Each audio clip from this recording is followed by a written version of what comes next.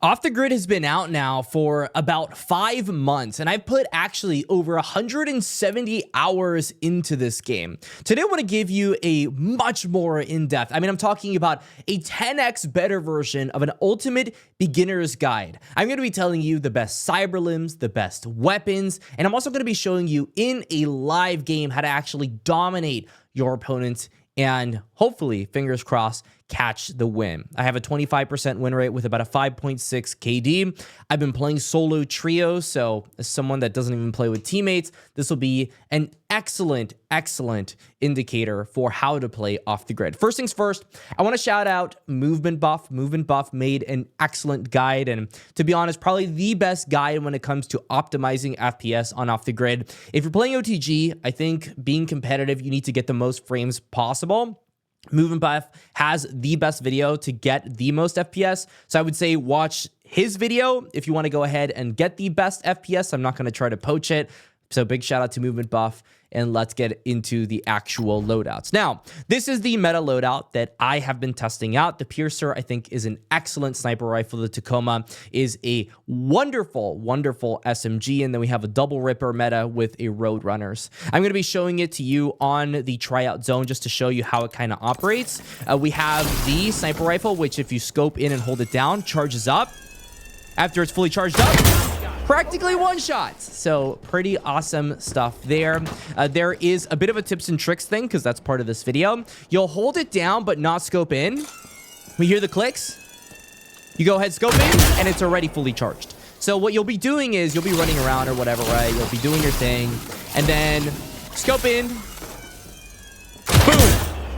Right? Not bad, not bad. And then we also have, of course, the Tacoma, which the Tacoma does Tacoma things. I think it's one of the best SMGs, if not the best SMG in the game. You ask me, how do I know this? Well, I actually got it from a Gunny Gopher post. So Gunny Gopher is an excellent off-the-grid player. Huge shout out to Gunny. He streams on Twitch. He went ahead and broke down the OTG meta. So if you want to pause the video right now and get the information you need, this is the amount of kills it actually takes to kill people. And right now, in terms of close range, the Flensler is the best shotgun in the game. The Influencer, the second best shotgun, with 2 kills to the head on the Flensler and 3 kills on the Influencer. In terms of SMGs, we have some niche weapons like the Woodpecker and the AZV, which right now have some of the fastest time to kills with headshots. But in terms of body shots, they are not the best. The Tacoma is likely the best because it is the fastest. The Kite, I don't like the Kite, and the Kochi is kind of okay. Terracon is very good in terms of headshots, and Vulture's also very good in terms of headshots. But I always edge it out to more than likely the M4 Commodore for being the best assault rifle, at least at the moment. The LMGs, Hawk is the best, hands down. I don't like the boom slang. It's too slow. The marksman rifles, we've got the Proton, which I think is easily the best one, and the Ichnia. We have sniper rifles like the Osprey, Kestrel, and today released the, what is this thing called? The Piercer, which I think Piercer is easily the best, and then Kestrel is second. In terms of attachments for these weapons, you can pause the video very quickly here. This is my attachments. The goal is to pretty much get some stability on these weapons. The Tacoma needs more damage. We have the compensator here, which helps with a recoil. Recoil on something that you shoot fast is very important. So we want to focus on getting that recoil down so you can laser people and also get more ammo. The original ammo for the weapon is 35. With the drum mag, it's 54. So a huge difference if you actually get these. And then, of course, we have our Cyberlimbs, which I'm using double ripper. It is the meta. Yeah, I know some people aren't going to like that, but I'm just sharing what people are using that's working the best. We also use the Limb Accelerator backpack because it goes ahead and gives faster recharging for the owner's Cyberlimbs. So these rippers are going to recharge even faster, and the Roadrunners as well are going to recharge faster. Something I want to show very quickly here, actually, while we're at it. If you run with the Roadrunners normally, this is kind of what would happen. You'd use up a bunch of charge. I used about 21% of charge doing this, what I just did right now. If you jump midair and cancel it, you'll use much less. Let me show you. So I'm fully charged here, just jumping up. I used about 6% of charge. 6% versus 21% if I jump up midair and cancel it. So absolutely enormous. If you're using legs, just use that. just please use that. And in terms of the best Cyberlimbs right now and the meta for Cyberlimbs, a Ghost is not very good. Paralyzer is very good because you go ahead and hack people. They can't use their Cyberlimbs, and that is very strong. You only get one shot, though, so you got to do it. Eminem. Big shout out to Eminem for that. We've got the Buzz Killer, which I don't think is good. The Recon Drone is very good for team situations because it'll highlight opponents, as you could see here. Very OP on the final zones. You're going to want to use that.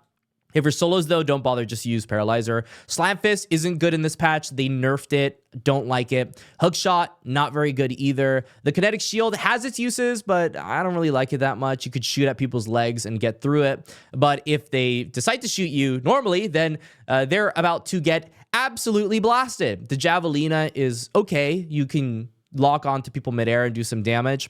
The Maxi Gun is terrible. Don't use it. The Bounce Bomber is okay.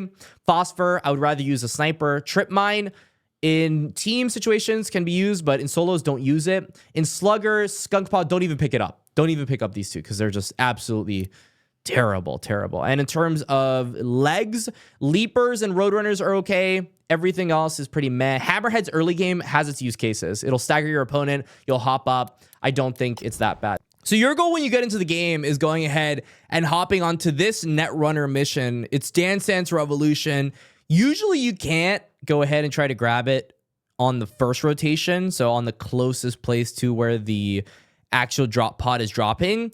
But if you do it on the second or the third, kind of in the middle of the map, you'll be able to grab it. As you see in this example, it kind of makes the game a lot harder because I wasn't able to grab it. Other than that, I would say the Bounty Hunter is the second best, which is this skull over here. If you grab the skull, then you're going to be doing pretty well if you're good at the game. It'll give you a yellow skull around the map, which you're going to be able to use to try to find and track this person and kill them. The number one goal is to get your loadout early game. You get your loadout and you're going to be doing pretty well. The game is like a million times easier once you call your loadout, and you could see kind of me calling my loadout here, getting my money, and getting that loadout kind of set up in stone. It'll drop down. I'm just defending while this is happening. And for the most part, other than that, really, I would say if you're new, go to the dead zone. What I mean by that is if you look at the map and you're looking at a circle, let me go ahead and pull up paint. Let's say, for example, we have a map here and a majority of the participants in the game, a bunch of the people started off on this side, right? They started off on this side.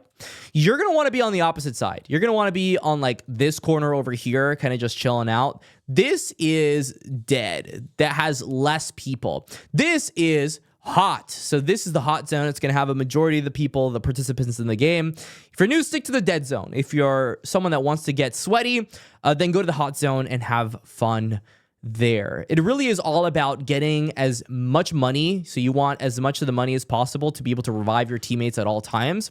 And you're also going to want a lot of armor. So kind of the little green things that you spot on the ground. That's what you're going to want to go ahead and accumulate. Oh my God, I ripped off his arms and his legs. Oh no.